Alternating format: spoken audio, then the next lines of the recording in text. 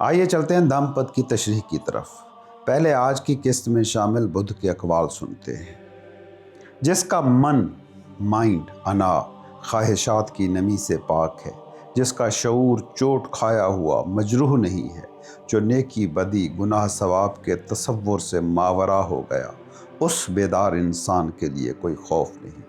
اس جسم کو مٹی کے کوزے کی مانند فانی جان کر اور اس دل کو شہر پناہ کے قلعے کی طرح مضبوط کر کے بصیرت کے ہتھیار سے نفس امارہ شیطان سے جنگ کر اور جو جیت لیا ہے اس کی حفاظت کر، مگر اس جیت کا بھی گرفتار نہ ہو۔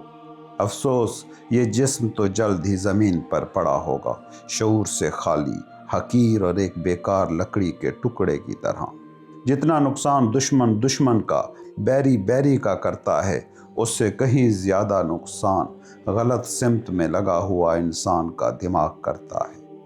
جتنی بھلائی ماں باپ یا دوسرے عزیز و اقارب نہیں کر سکتے، اس سے کہیں زیادہ بھلائی صحیح سمت میں لگا ہوا انسان کا مائنڈ، پیور مائنڈ کرتا ہے۔ اب چلتے ہیں اشعار کی تشریح کی طرف۔ بدھا کہتے ہیں، جس کا من خواہشات کی نمی سے پاک ہے، جس کا مائنڈ خواہشات سے پاک ہے، جس کا شعور مجروح زخمی نہیں ہے، جو نیکی بدی سے ماورا ہے، اس بیدار انسان کے لیے کوئی خوف نہیں۔ دنیا کی نیچر کو سمجھو۔ یہ دنیا، یہ کائنات بدلتی ہے مگر پھر بھی بدلتی نہیں۔ زمانے کی مشکلیں، مسئلے اپنی جگہ قائم ہی رہتے ہیں۔ یہاں تو طوفان اور آندھیاں ہر وقت ہوں گی ہی ہوں گی۔ اگر کسی نے اپنے دل میں یہ خیال پال لیا کہ جب یہ دنیا بدلے گی تب میں خود کو بدلوں گا، تو سمجھو اس نے نہ بدلنے کی قسم کھا لی۔ اس کا مطلب ہے کہ اس کی ذات میں کبھی کوئی تبدیلی رونما ہو نہ سکے گی۔ اس نے طے ہی کر لیا کہ مجھے اپنی حالت نہیں بدلنی، اور اس کے لیے اس نے ایک بہت بڑا بہانہ تراش لیا۔ لوگوں کو دیکھو، انہوں نے بہانے گھڑ رکھے ہیں۔ کہتے ہیں دنیا سازگار نہیں ہے، ماحول ٹھیک نہیں ہے۔ ہم اگر ٹھیک ہونا بھی چاہیں تو کیسے ہوں؟ ایسے لوگ بصیرت کی آنکھ سے اندھے ہیں، کیونکہ یہ دنیا کبھی بھی مکمل طور پر ٹھیک، آئیڈیل نہیں رہی، مگر اس کے باوجود انفرادی زندگیوں میں عرفان کے پھول کھلے ہیں۔ لوگ ایسے جیے ہیں جیسے جیا جانا چاہیے۔ یہ کارخانہ قدرت تو ازل سے یوں ہی چلتا رہا ہے اور یوں ہی چلتا رہے گا۔ اس لیے دنیا کے بدلنے کا انتظار مت کرتے رہنا، ورنہ تم ہاتھ دھرے منتظر رہ جاؤ گے۔ اندھیرے میں جیو گے اور اسی اندھیرے میں مر جاؤ گے، اور یہ دنیا تو پھر ہمیشہ سے ہے، تم آج ہو کل نہیں ہوگے۔ اس لیے ایک بات یاد رکھ لینا، تبدیلی خود اپنی ذات میں لانی ہے۔ باہر کیسے ہی طوفان ہوں، کتنی ہی تیز آندھیاں ہوں، انسان کے اندر ایک ایسا چراغ ہے کہ جسے روشن رکھا جا سکتا ہے۔ اور باہر کتنا ہی گھپ اندھیرا ہو، انسان کے باطن میں ایک ایسا پوائنٹ موجود ہے جو روشن رکھا جا سکتا ہے۔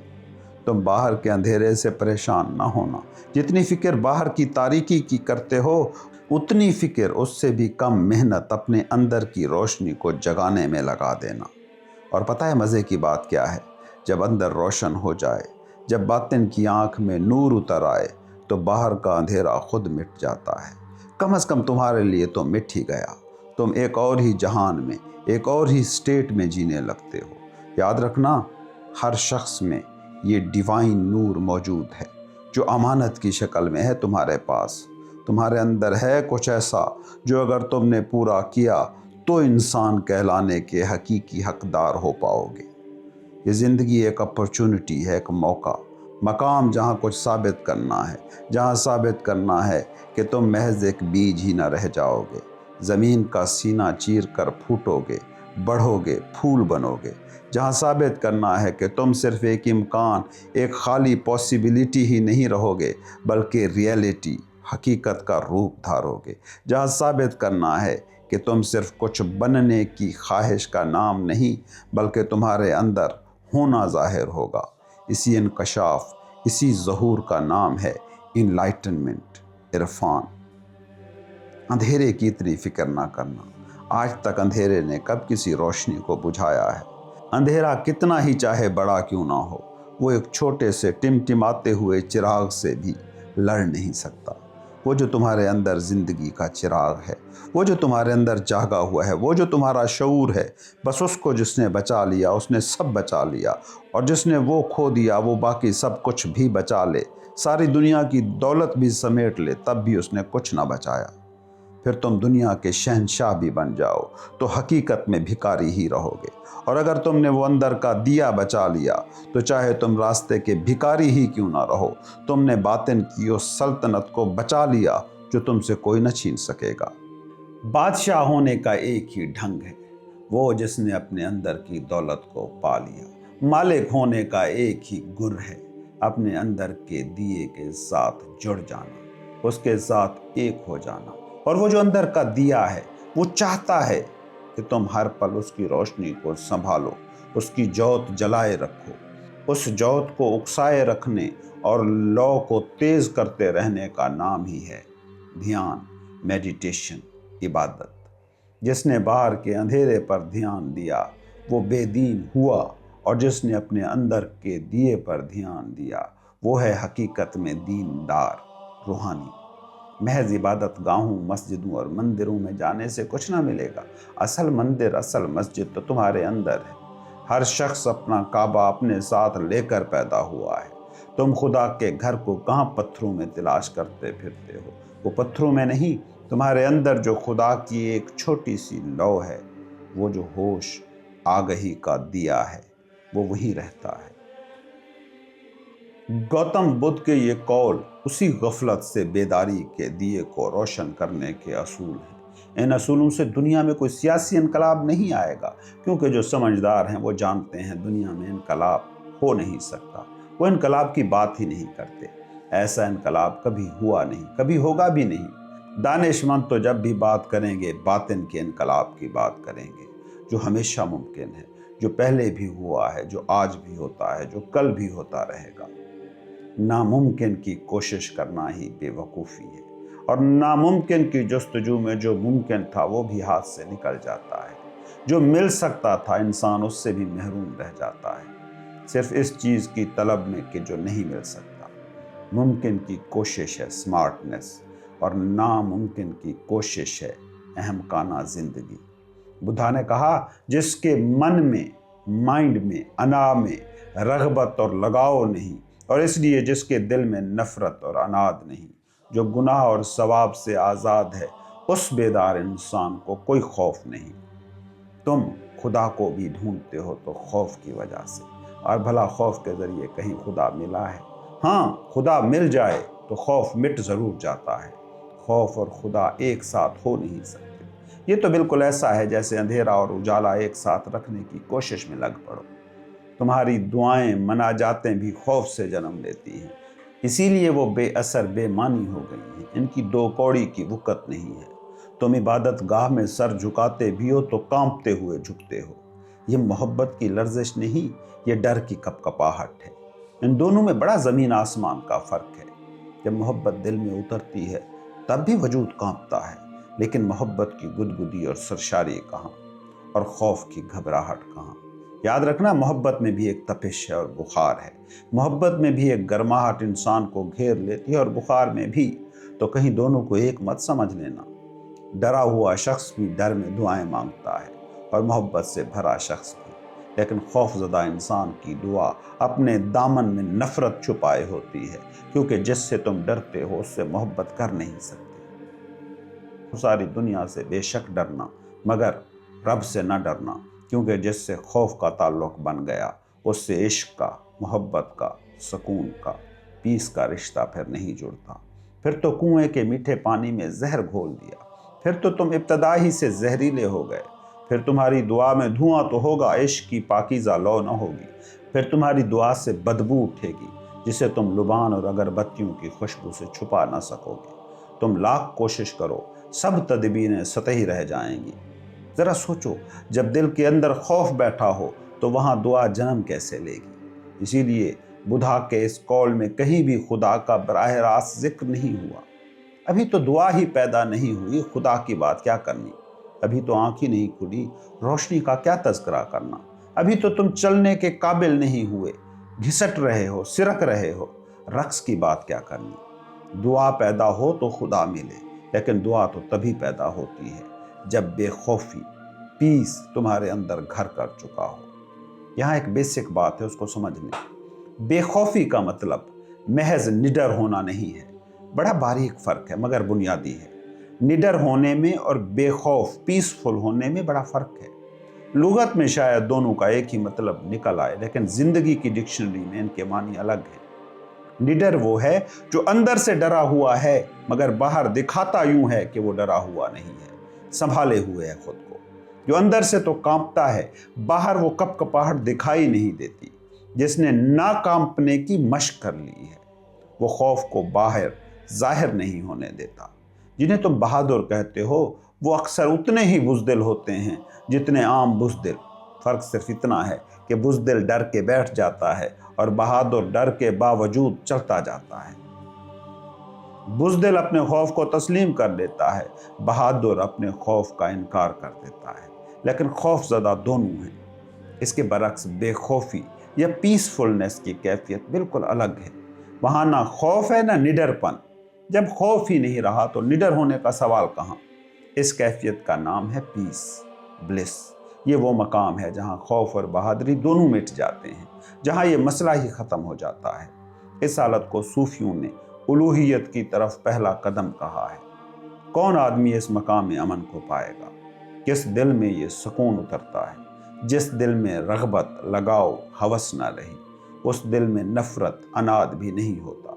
ये फितरी बात है, क्योंकि रग़बत से ही नफ़रत पैदा होती है। क्या तुमने कभी गौर किया, तुम किसी को सीधा सीधा दुश्मन नहीं बना सकते, पहले उसे दोस्त बनाना पड़ता है। दुश्मनी ऐसे ही खला में पैदा नहीं हो जाती, दोस्ती के पीछे छुप कर आती है।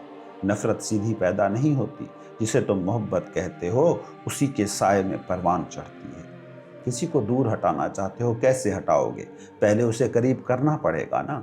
ये दुनिया बड़ी अजीब है, ये उल्टी दुनिया है। नफ़रत से तुम बचना चाहते हो, लेकिन जिसने रग़बत की, जिसने मोहब्बत की, जिसने करीब होने की ख्वाहिश की, वो नफ़रत से कैसे बचेगा? जब तुमने किसी शख्स को कबूल कर लिया, उसका साया कहाँ जाएगा? वो भी तुम्हारे घर आएगा। तुम मेहमान से कभी ये कहते हो, साया बाहर छोड़ कर आओ, हमने तो सिर्फ तुम्हें बुलाया है? साया तो साथ ही रहेगा।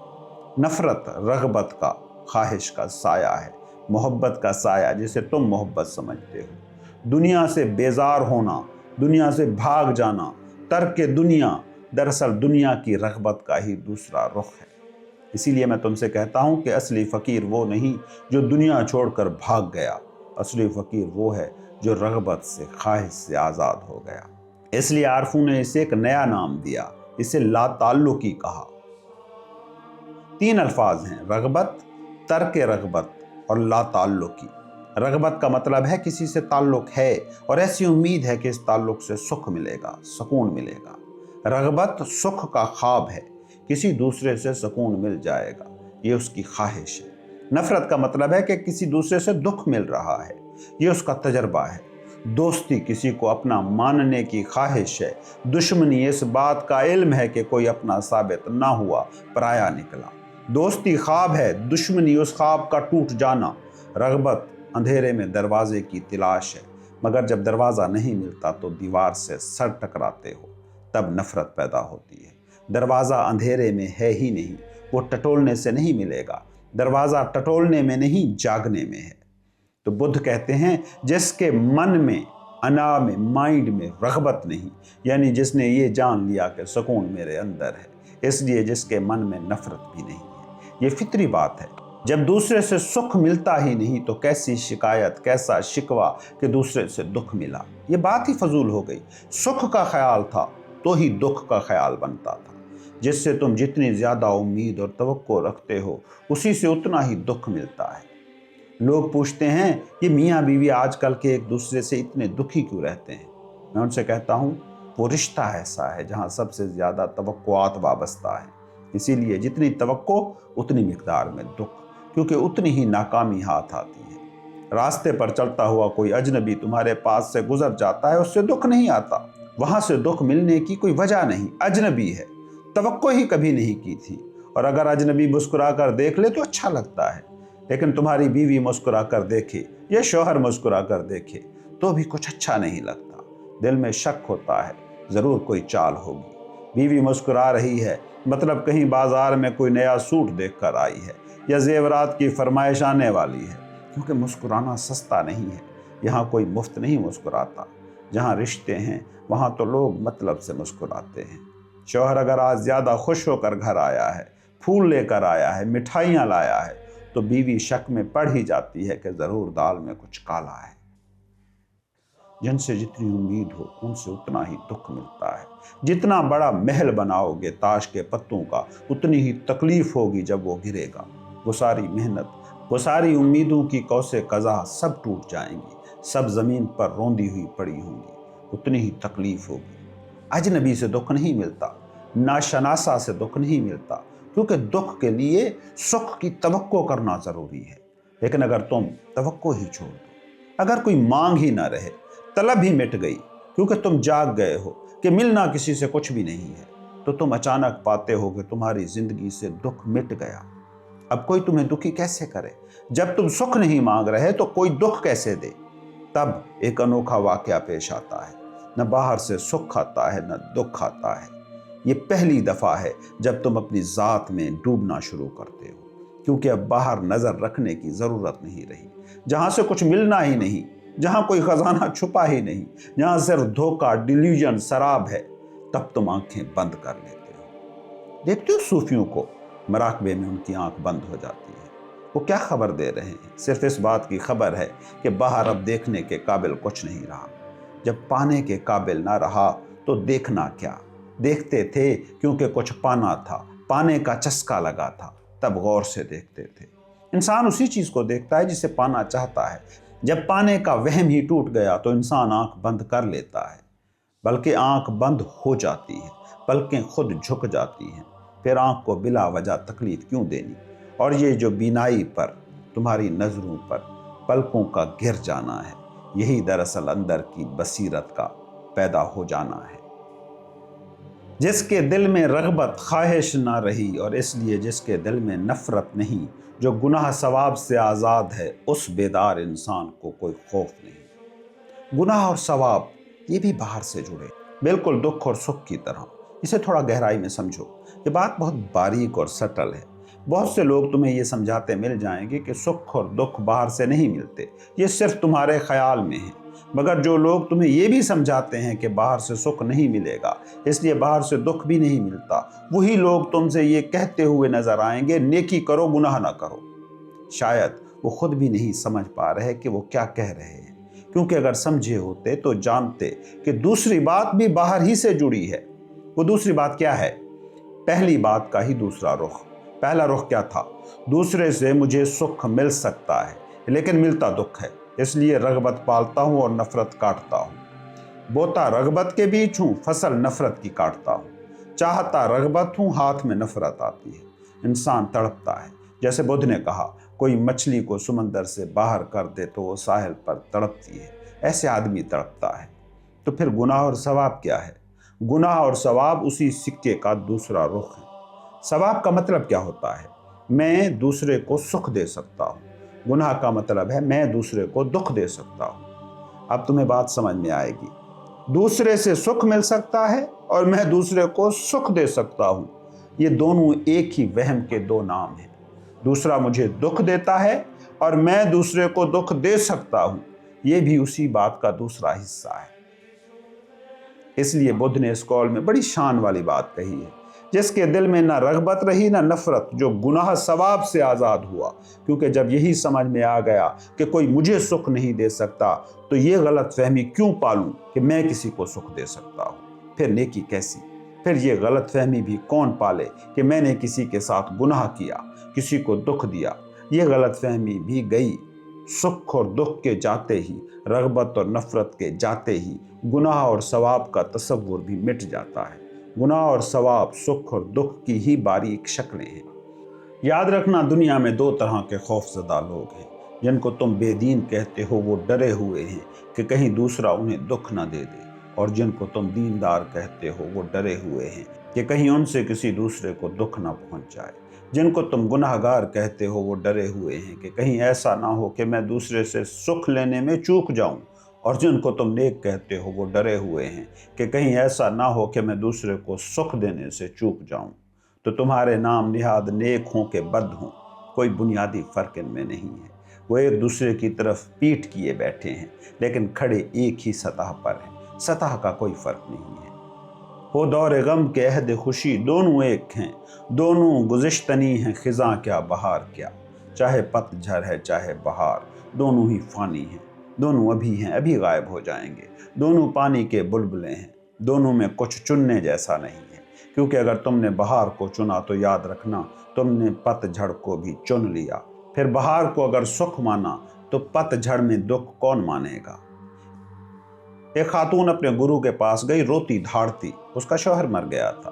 कहने लगी, मुझे किसी तरह संभालो, समझाओ, किसी तरह मुझे मेरे दुख से निकालो। गुरु ने उसे कहा, सुख तूने लिया था, माना था कि सुख है, अब दुख कौन भोगेगा। तू बहुत होशियार बन रही है। शौहर के होने का सुख जब था तब तो कभी मेरे पास नहीं आई कि मुझे सुख से बचाओ, जगाओ, मैं सुख में डूबी जा रही हूँ। तू कभी आई ही नहीं उस रास्ते पर। लोग जब दुख में होते हैं तभी खुदा के घर का रुख करते हैं, और जो सुख में जाता है वही समझ पाता है। दुख में जाकर तुम समझ ना पाओगे, क्योंकि दुख साया है, असल नहीं। असल तो जा चुका, अब तो साया गुजर रहा है, साये को कैसे रोकोगे। गुरु ने उस खातून से कहा, तू रो ही ले, अब दुख को भी भोग ही ले, क्योंकि गलत फहमी दुख की नहीं है, गलत फहमी तो सुख की थी। सुख मिल सकता है तो फिर दुख भी मिलेगा। बहार से दिल लगाया तो खिज़ां में रोना पड़ेगा। जवानी में खुश हुए तो बुढ़ापे में रोना पड़ेगा। ओहदे पर खुश हुए तो फिर ओहदा छिन जाने पर क्या कोई दूसरा आकर रोएगा तुम्हारे लिए। मुस्कुराए तुम थे तो आंसू भी तुम्हें ही बहाने हैं, और दोनों एक जैसे हैं, दोनों की फितरत फानी है, पानी के बुलबुले जैसी। ऐसा जिसने जान लिया वही आज़ाद हुआ। याद रखना, ये जानना सुख में होना चाहिए, दुख में नहीं। दुख में तो बहुत से लोग खुदा को पुकार रहे हैं, पुकारते रहे हैं, और फिर सोचते हैं शायद उस तक आवाज़ नहीं जाती। दुख में पुकारने की बात ही गलत है। जब तुमने सुख में ना पुकारा तो तुम गलत मौके पर पुकार रहे हो। जब तुम्हारे पास आवाज़ थी और तुम पुकार सकते थे तब ना पुकारा। अब जब गला रुंध गया है, अपने गमों में डूब गए हो, तब पुकार रहे हो। अब पुकार निकले कैसे। ऐसा नहीं है कि खुदा सुनता नहीं है, दुख में सच्ची पुकार निकलती नहीं है। दुख तो लाजमी नतीजा हो गया। अगर सुख में ना जागे और सुख को गुजर जाने दिया तो अब साये को भी गुजर जाने दो। मेरे मुशाहिदे में जो सुख में जागता है वही दरअसल जागता है। जो दुख में जागने की कोशिश करता है वो एक आम सी कोशिश है, सभी कर लेते हैं। हर आदमी दुख से आज़ादी चाहता है, लेकिन इसमें कामयाबी मिलती नहीं है, वरना सभी आज़ाद हो गए होते। लेकिन जो सुख से आज़ाद होना चाहता है वो फौरन आज़ाद हो जाता है, मगर सुख से फिर कोई आज़ाद नहीं होना चाहता। यही इंसान का अलमिया है। दुख से तुम आज़ादी चाहते हो मगर वहाँ रास्ता नहीं है। सुख से तुम आज़ादी चाहते नहीं हो मगर वहाँ रास्ता ही रास्ता है। दीवार से तुम निकलना चाहते हो, दरवाजे से तुम निकलना नहीं चाहते। जब दीवार सामने आ जाती है तब तुम सर पीटने लगते हो कि मुझे बाहर जाने दो। जब दरवाज़ा सामने आता है तब तुम कहते हो अभी जल्दी क्या है, आने दो दीवार को, फिर देखेंगे। अगली वर्ष में बुधा कहता है, इस जिस्म को मट्टी के कूजे की मानद फानी जानकर और इस दिल को शहर पनाह के किले की तरह मजबूत करके बसीरत के हथियार से नफ्स से अम्मारा शैतान से जंग कर, और जो जीत लिया है उसकी हिफाजत कर, मगर इस जीत में भी गिरफ्तार ना होना। बुधा कह रहे हैं, इस जिस्म के कूजे को फानी जिस्म जान। जिस्म एक घड़ा ही है, तुम घड़े के अंदर भरे हुए हो, तुम घड़ा नहीं हो। जैसे घड़े में पानी भरा है, या ऐसे भी बेहतर मिसाल ये होगी कि जैसे खाली घड़ा रखा है और घड़े में हवा या खला भरा है। घड़े को तोड़ दो, खला नहीं टूटता, घड़ा टूट जाता है। खला जहाँ था वहीं रहा, घड़ा टूट गया, हद मिट गई। जो हदूद में कैद था वो लामहदूद के साथ एक हो गया। जिस्म घड़ा है, मट्टी का है, मट्टी से बना है, मट्टी में गिर जाएगा। और जिसने ये समझ लिया कि मैं जिस्म हूँ वो गलत फहमी में पड़ गया। सारी गुमराही शुरू ही यही से होती है कि मैं जिस्म हूँ। तुमने अपने लिबास को अपना वजूद समझ लिया है, तुमने होटल के कमरे को अपना घर समझ लिया है। तुम ठहरे हो थोड़ी देर को, ये पड़ाव है, मंजिल नहीं है। सुबह हुई और मुसाफिरों का काफिला चल पड़ा, थोड़ा जाग कर इसे देखो। मामूर आए फना की कोताहियां तो देखो, एक मौत का भी दिन है 2 दिन की जिंदगी में। बड़ी कंजूसी है, बड़ी तंगी है, कुल 2 दिन की जिंदगी, उसमें भी एक दिन मौत ले जाती है। एक दिन की जिंदगी, और कैसे इतराते हो, कैसे अकड़ते हो, कैसे भूल जाते हो, मौत दरवाजे पर खड़ी दस्तक दे रही है। जिस्म मट्टी है, मट्टी में मिलना है। बुद्ध ये नहीं कहते कि मान ले, बुद्ध कह रहा है जान ले। बुद्ध का सारा जोर इरफान पर है, मुशाहिदे पर है। वो ये नहीं कह रहे कि चूंकि मैं कह रहा हूं इसलिए मान ले कि जिस्म घड़े की तरह है। वो कहते हैं तू खुद ही जान, थोड़ा आंख बंद कर और पहचान, तू घड़े से अलग है। याद रखना, जिस चीज के भी हम गवाह हो सकते हैं, जिसको हम देख सकते हैं, विटनेस हो सकते हैं, उससे हम अलग हैं। जिसके हम गवाह ना हो सके, जिसे देख ना सके, वही हम हैं। आंख बंद करो और जिस्म को तुम अलग देख सकते हो। हाथ टूट जाता है, तुम नहीं टूटते। तुम लाख कहो कि मैं टूट गया, बात गलत ही मालूम पड़ेगी, खुद तुम्हें गलत लगेगी। हाथ टूट गया, पैर टूट गया, आंख चली गई, तुम नहीं गए। भूख लगती है, जिस्म को लगती है, तुम्हें नहीं लगती। हालांकि तुम कहे चले जाते हो कि मुझे भूख लगी है, प्यास लगी है, जिस्म को लगती है। फिर पानी मिल जाता है, सैराबी हो जाती है, जिस्म की होती है। सब सुकून, सब बेचैनियां जिस्म की हैं। सब आना जाना जिस्म का है, बनना मिटना जिस्म का है। तुम न कभी आए न कभी गए, घड़े बनते रहते हैं, मिटते रहते हैं। अंदर का आसमान, वो स्पेस हमेशा कायम है, उसे कोई घड़ा कभी छू नहीं पाया, उस पर कभी गर्द नहीं जमी। बादल बनते हैं, बिखर जाते हैं, क्या कभी आसमान पर कोई लकीर बनी? तुम पर भी नहीं बनती। तुम्हारा कुंवारापन हमेशा कुंवारा है, वो कभी मैला नहीं होता। इस बातनी सच के लिए आंखें बाहर से बंद करो और जागो। बुद्धा कहता है, इस दिल को शहर पनाह के किले की तरह मजबूत कर। सारा हुनर इतना ही है कि मन, माइंड ना कांपे, गैर मुतजलजल हो जाए। क्योंकि जब तक मन कांप रहा है तब तक सही देख नहीं सकते। जब तक माइंड लरज रहा है तब तक तुम देखोगे कैसे? जिस आले से देखना था वही कांप रहा है। इसे समझो, तुमने एक चश्मा लगाया हुआ है और चश्मा हिल रहा है। चश्मा हिल रहा है जैसे कि हवा में पत्ते कांपते हैं, कोई पत्ता लरज रहा है तूफान में, ऐसे तुम्हारा चश्मा हिल रहा है। तुम कैसे देखोगे, कैसे दुरुस्त देखोगे? देखना नामुमकिन हो जाएगा। चश्मा ठहरा हुआ होना चाहिए, मन की नदी शांत होनी चाहिए। मन कांपता हो तो तुम सच को ना जान पाओगे। मन के कांपने की वजह से सच तुम्हारी दुनिया जैसा दिखाई पड़ रहा है। जो एक है वो कसरत में बट गया है क्योंकि मन लरज रहा है। जैसे रात को चांद होता है, पूरा चांद है आसमान में और झील नीचे लहरों से लरज रही है, तो चांद के 1000 टुकड़े हो गए, अक्स पूरा नहीं बन रहा।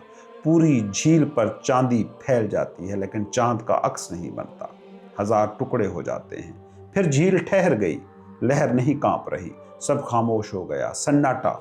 झील शीशा बन गई, अब चांद एक हो गया। आगे बुद्धा कहते हैं, बसीरत के हथियार से नफ्से अम्मारा मार, शैतान से जंग कर, जीत के मुनाफे की हिफाजत कर, मगर इस जीत में गिरफ्तार न होना। ये बड़ी मुश्किल बात है, सबसे कठिन एक सालिक के लिए, एक सीकर के लिए, क्योंकि इसमें तजाद है। बुद्ध कहते हैं, ख्वाहिश कर, गिरफ्तार ना हो। सच की, रियलिटी तक पहुंचने की ख्वाहिश करनी होगी और सच को जीतने का सफर भी करना होगा। फतह को महफूज करना होगा, वरना फतह हाथ से निकल जाएगी। ऐसे बैठे बिठाए नहीं मिल जाती। बड़ी जद्दोजहद, बड़ी मेहनत, बड़ी रियाजत, बड़ी तपस्या चाहिए होती है। जीत के नफ़े की हिफाजत कर, और जो छोटी मोटी जीत मिले उसको बचा, हिफाजत कर। भूल मत जाना, वरना जो कमाया है वो भी खोएगा। तो ध्यान, मेडिटेशन मुसलसल करनी होगी जब तक कि वो आखिरी मकाम ना आ जाए। अगर एक दिन की भी गफलत की, एक दिन की भी भूल चूक की, तो जो कमाया वो खोएगा। ध्यान तो ऐसा ही है जैसे कोई साइकिल पर सवार आदमी पैडल मारता जा रहा है। वो सोचे कि अब तो चल पड़ी है साइकिल, अब क्या पैडल मारना। पैडल मारना बंद, ज़्यादा देर साइकिल नहीं चलेगी। चढ़ाई होगी तब तो फौरन ही गिर जाएगी, ढलवान होगी तो शायद थोड़ी दूर चल जाए, लेकिन कितनी दूर? ज़्यादा दूर नहीं जा सकती। مسلسل پیڈل مارنے ہوں گے جب تک کہ منزل آ ہی نہ جائے۔ میڈیٹیشن، عبادت، دھیان روز کرنا ہوگا۔ جو کمایا ہے اس سے اس کی حفاظت کرنی ہوگی تب تک جب تک کہ وصل کا لمحہ نہ آ جائے۔ آگے بدھا کہتے ہیں، افسوس یہ جسم جلد ہی زمین پر پڑا ہوگا، شعور کانشیسنس سے خالی، حقیر اور ایک بیکار لکڑی کی طرح۔ بدھا کہہ رہے ہیں کہ جب تم جاگ کر دیکھو گے تو ایک عظیم سکون کا تجربہ ہوگا۔ اندر سے ایک آواز اٹھے گی، آہ یہ حقیر جسم جلد ہی شعور سے خالی ہو کر بیکار لکڑی کی طرح زمین پر پڑا ہوگا۔ یہ جسم تم نہیں ہو، اور جس دن تم اپنے جسم کو بیکار لکڑی کی طرح پڑا ہوا دیکھ لو گے اسی دن تم جسم کے پار ہو گئے، تم نے حد پار کر لی۔ جسم موت ہے، جسم بیماری ہے، جسم قید ہے۔ جو جسم سے آزاد ہوا وہ تمام کنڈیشنز سے، شرطوں سے آزاد ہو گیا۔ جسم سے آزاد ہونے کا مطلب کیا ہے؟ جسم سے آزاد ہونے کا مطلب ہے یہ یقین پختہ ہو جانا کہ یہ لکیر پھر مٹائے نہ مٹے، یہ شعور پھر دبائے نہ دبے، یہ آگہی مسلسل ہو جائے۔ جاگنے میں، سونے میں یہ تجربہ ہوتا رہے کہ تم جسم میں ہو مگر تم جسم نہیں ہو۔ اگلا شعر ہے، جتنا نقصان دشمن کا کرتا ہے اس سے کہیں زیادہ نقصان غلط سمت میں لگا ہوا انسان کا من کرتا ہے۔ دشمن سے مت ڈرو، بدھا کہتے ہیں وہ تمہارا کیا بگاڑے گا؟ ڈرو اپنے من سے، اپنے مائنڈ سے۔ دشمن کا اتنا نقصان نہیں کر سکتا جتنا تمہارا اپنا مائنڈ غلط سمت میں جاتا ہوا تمہارا نقصان کرتا ہے۔ تمہارا صحیح سمت میں جاتا ہوا من تمہارا دوست، تمہارا غلط سمت میں جاتا تمہارا مائنڈ تمہارا دشمن۔ تم اپنے مائنڈ سے ہوشیار ہو جاؤ، اپنی انا کا صحیح استعمال کر لو، پھر کوئی تمہارا نقصان نہیں کر سکتا۔ اگر کوئی دوسرا بھی تمہارا نقصان کر پاتا ہے تو اس لیے کہ تمہارا اپنا مائنڈ غلط سمت میں جا رہا ہوتا ہے، ورنہ کوئی نقصان نہیں کر سکتا۔ صحیح سمت میں جاتے ہوئے مائنڈ کا نقصان ناممکن ہے۔ اس لیے اصلی سوال اسی اندر کے مضبوط قلعے کو حاصل کرنا ہے، اندر کے شعور کو جگانا ہے۔ کیا ہے غلط راستہ؟ خود کو نہ دیکھ کر باقی سب سمتوں میں بھٹکتے رہنا، اندر نہ تلاش کر کے سب جگہوں پہ تلاش کرتے رہنا، اپنے من میں نہ جھانک کر سب جگہوں پہ جھانکتے رہنا، اپنے گھر نہ آنا اور ہر گھر کے سامنے بھیک مانگتے رہنا۔ یہ ہے غلط راہ، یہ ہے راستہ، اور ایسے ہی تم چلتے رہے ہو۔ چلتا ہوں تھوڑی دور ہر ایک راہ رو کے ساتھ، پہچانتا نہیں ہوں ابھی راہ بر کو میں۔ یہ من تمہارا ہر ایک کے ساتھ ہو جاتا ہے۔ کوئی بھی مسافر مل جاتا ہے، اسی کے ساتھ ہو لیا۔ کوئی عورت مل گئی، کوئی مرد مل گیا، کوئی عہدہ مل گیا، کوئی دولت مل گئی، کوئی شہرت مل گئی، چل پڑا۔ تھوڑی دور چلتا ہے، پھر خالی ہاتھ پا کر کسی دوسرے کے ساتھ چلنے لگتا ہے۔ راستے پر چلتے اجنبیوں کے ساتھ ہو لیتا ہے، ابھی یہ اپنے رہنما کو پہچان نہیں پا رہا۔ چلتا ہوں تھوڑی دور ہر ایک راہ رو کے ساتھ، جو مل گیا اسی کے ساتھ ہو لیتا ہوں۔ اپنا کوئی ہوش نہیں ہے، پہچانتا نہیں ہوں ابھی راہ بر کو میں۔ کون ہے راہ بر؟ کون ہے مرشد؟ اسے میں نہیں پہچانتا۔ بدھا نے کہا تھا تمہارا ہوش ہے تمہارا مرشد۔ کبھی آنکھ لبھا لیتی ہے، خوبصورتی کی طرف چل پڑتا ہے، کبھی کان لبھا لیتا ہے، موسیقی کی طرف چل پڑتا ہے، کبھی زبان لبھا لیتی ہے، ذائقے کی طرف چل پڑتا ہے، مگر ہاتھ کبھی بھرتے نہیں، روح کبھی سیراب نہیں ہوتی۔ سوچ کر کے یہ ٹھیک نہیں، پھر کسی اور کے ساتھ چل پڑے۔ ایک بات مگر یاد نہیں رہتی، کس کے پیچھے چلوں؟ ہوش، بیداری، دھیان، اس کے پیچھے چلو تو ہی پہنچو گے، کیونکہ اس کا جس نے دامن پکڑ لیا وہ پھر اپنے گھر کو لوٹ آیا، وہ ریٹریٹ کر گیا، وہ اپنے سورس منبع کی طرف واپس آ گیا۔ بدھا کا اگلا قول ہے، جتنی بھلائی ماں باپ یا دوسرے عزیز و اقارب نہیں کر سکتے اس سے کہیں زیادہ بھلائی صحیح سمت میں لگا ہوا تمہارا من کرتا ہے۔ اور کوئی دوست نہیں، اور کوئی سگا نہیں، کوئی ساتھی نہیں، کوئی ہم سفر ساتھ نبھانے کے قابل نہیں، ایک ہی ساتھ ڈھونڈ لینے کے قابل ہے، اپنے ہوش کا ساتھ، کانشیسلی جینا۔ پھر تم ویرانے میں بھی رہو، صحرا میں بھی رہو تو بھی اکیلے نہیں۔ और अभी क्या हाल है, तुम भरी दुनिया में हो, अकेले हो, चारों तरफ भीड़ भाड़ है, शोर व गुल है, मगर तुम अकेले हो। कौन है तुम्हारे साथ? मौत आएगी, कौन तुम्हारे साथ जा सकेगा? लोग कब्रिस्तान तक छोड़ आते हैं, इससे आगे कोई नहीं जाता। फिर तुम्हें कहना ही पड़ेगा, दिल से कहो चाहे बेदिली से कहो, शुक्रिया है कब्र तक पहुंचाने वाले, शुक्रिया, अब अकेले ही चले जाएंगे इस मंजिल से हम। फिर चाहे दिल से कहो चाहे बेदिली से कहो, कहो चाहे ना कहो, मौत के बाद अकेले हो ही गए। जरा सोचना, जो मौत में काम ना आए वो जिंदगी में साथ थे, जो मौत में भी साथ ना हो सका वो जिंदगी में साथ हो कैसे सकता है? धोखा था, एक फरेब था, तुमने अपना मन बहला लिया था, मना लिया था, समझा लिया था। डर लगता था अकेले में, अकेले होने में बेचैनी होती थी। चारों तरफ एक ख्वाब सजा लिया था, अपने ही तखय्युलात का जाल बुन लिया था, अपनी तन्हाई को भुलाने के लिए मान ही लिया था कि सब साथ हैं, लेकिन कोई किसी का साथ नहीं, कोई किसी के संग नहीं। अकेले तुम आते हो, अकेले तुम जाते हो। अपना साथ ढूंढना है मराकबा, मेडिटेशन, दूसरे का साथ ढूंढना है थॉट, माइंड, मन। इसलिए ख्याल में हमेशा दूसरों की याद बनी रहती है। तुम्हारे सब ख्यालात दूसरे की यादें हैं। अगर तुम ध्यान करो, मेडिटेशन करो, ख्याल पर बैठकर गौर करो, तो पाओगे तुम्हारे ख्यालात में तुम करते क्या हो। तुम्हारे ख्यालात में तुम दूसरों को याद करते हो, दूसरों की याद हैं तुम्हारे थॉट्स। बाहर से साथ ना हो तो अंदर से साथ कर लेते हो। एक नौजवान भिक्षु बनने के लिए एक बुजुर्ग के पास गया। वीरान इबादत खाने में उसने कदम रखा। बुजुर्ग ने उसके चारों तरफ देखा और कहा, किस लिए आए हो? नौजवान बोला, सब छोड़ कर आया हूँ आपके कदमों में, खुदा ढूंढने। बुजुर्ग ने कहा, पहले ये भीड़ भाड़ यहाँ से हटाओ जो अंदर ले आए हो।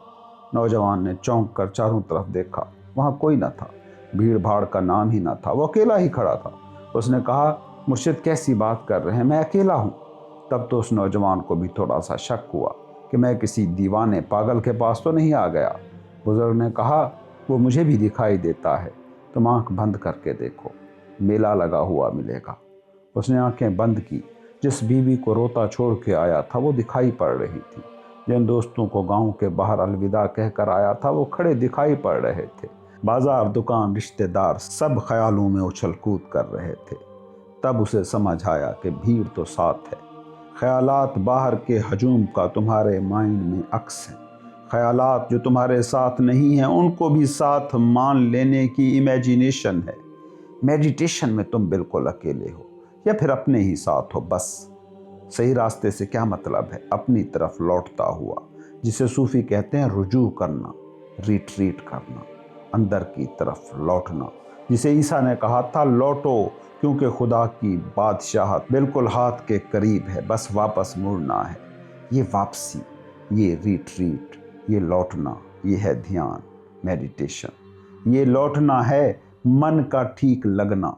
तो मन के ठीक लगने से ये मत समझ लेना कि अच्छी अच्छी बातों में लगा हुआ है। अच्छी अच्छी बातों का तो मतलब मत समझ लेना कि तस्बीह पढ़ता है। दूसरों की याद, गैर का तसव्वुर, फिर वो मंदिर हो के दुकान, इससे कोई फ़र्क नहीं पड़ता। ठीक सिमत में लगे मन का मतलब है अपनी सिमत लौटता हुआ। वहाँ ख्यालात छूटते जाते हैं, आहिस्ता आहिस्ता तुम ही रह जाते हो। तुम्हारा अकेला होना रह जाता है, खालिस, सिर्फ तुम। इतना खालिस कि मैं का एहसास तक नहीं फूटता, क्योंकि मैं का एहसास भी एक ख्याल है। तकब्बुर भी नहीं उभरता, क्योंकि तकब्बुर भी एक ख्याल है। जब और सब छूट जाते हैं, इन्हीं के साथ वो भी छूट जाता है। जिस मकाम पर तुम तू को छोड़ आते हो, वहाँ मैं भी छूट जाता है। जहाँ तुम दूसरे को छोड़ आते हो, वहाँ तुम भी छूट जाते हो। फिर जो बाकी रह जाता है वो है खालिस तरीन हस्ती, रियल एग्जिस्टेंस। जब तक उसको ना पालो तब तक जिंदगी गलत सिमत में चलती रहेगी।